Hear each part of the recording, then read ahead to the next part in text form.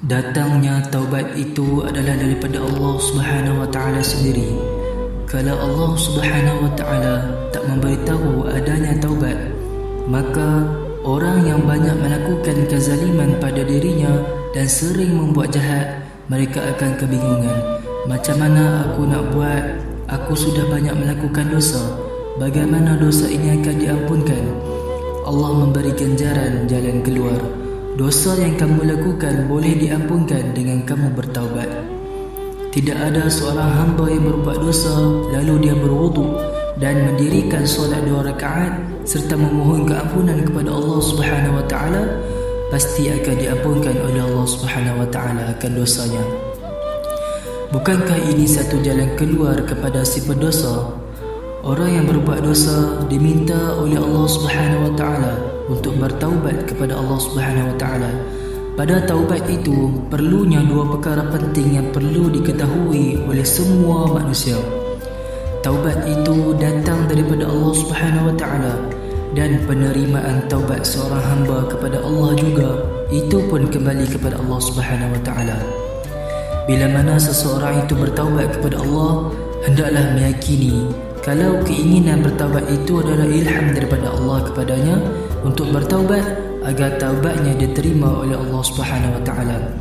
Berapa banyak orang yang berbuat dosa terdetik di hatinya untuk bertaubat kepada Allah Subhanahu wa taala?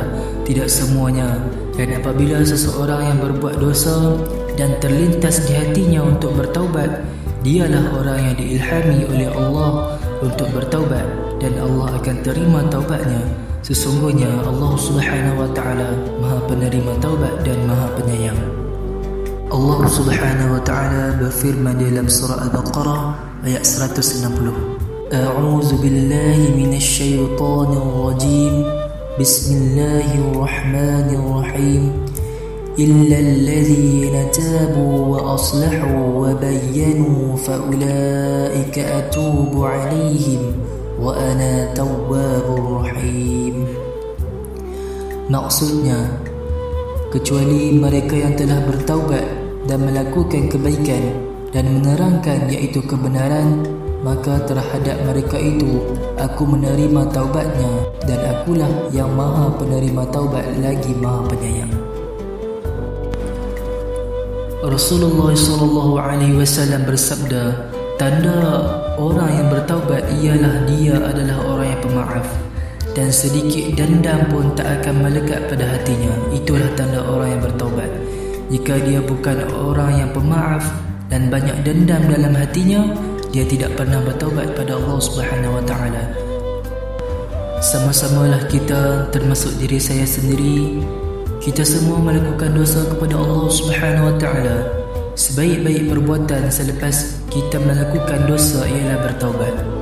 Walaupun kita sering melakukan dosa, pintu taubat terbuka dengan seluasnya.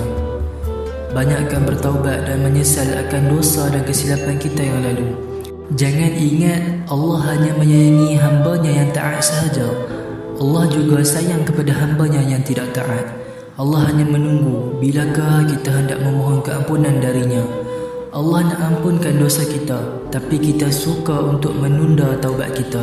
Esok ada lagi, nanti dah tua taubatlah. Muda-muda ni enjoy dulu. Berapa ramai yang mati tak sempat bertaubat pada Allah Subhanahu wa taala. Mati dalam berbuat dosa dan maksiat pada Allah. Sebab apa? Sebab suka menundakan taubat, menganggap taubat ini benda yang remeh. Allah Subhanahu wa taala berfirman dalam surah Az-Zumar ayat 53. A'udzu billahi minasy syaithanir rajim. Bismillahirrahmanirrahim. Qul ya 'ibadiyalladzina asrafu 'ala anfusihim la taqnatu min rahmatillah. Innallaha yaghfirudz dzunuba jami'a. Innahu huwal ghafurur rahim. Maksudnya, katakanlah, wahai hamba-hambaku yang melampaui batas terhadap diri mereka sendiri, janganlah kamu berputus asa dari rahmat Allah. Sesungguhnya Allah mengampunkan dosa-dosa semuanya. Sesungguhnya dialah yang Maha Pengampun lagi Maha Penyayang. Allah Subhanahu wa ta'ala seru kepada kita, wahai hamba-Ku. Allah seru kita. Itu adalah sandaran penghormatan dan kasih sayang Allah Subhanahu wa ta'ala kepada hamba-Nya. Kita manusia suka kepada kebaikan orang lain disandarkan kepada dirinya, tetapi Allah Subhanahu wa ta'ala ini maha adil. Sebab itu Allah menyeru, wahai orang-orang yang melampaui batas. Bukan orang yang berdosa sahaja Allah seru, tetapi orang yang melampaui batas dalam membuat dosa, berbuat zalim kepada diri sendiri. Allah kata, jangan kamu berputus asa untuk meraih rahmat Allah Subhanahu wa ta'ala. Bayangkan orang yang melakukan dosa dan orang yang melampaui batas dalam berbuat dosa, Allah panggil. Di sini Allah membuka ruang taubat seluas-luasnya kepada kita. Jangan mengukur rahmat Allah dengan dosa yang kita lakukan. Allah tidak memberikan keduniaan kecuali diberi kepada orang dia suka atau tidak suka. Tetapi Allah tidak memberikan agama dan hidayah melainkan kepada orang yang dia suka. Peganglah dengan melihat kasih sayang Allah untuk diberi keampunan daripada Allah kepada kita.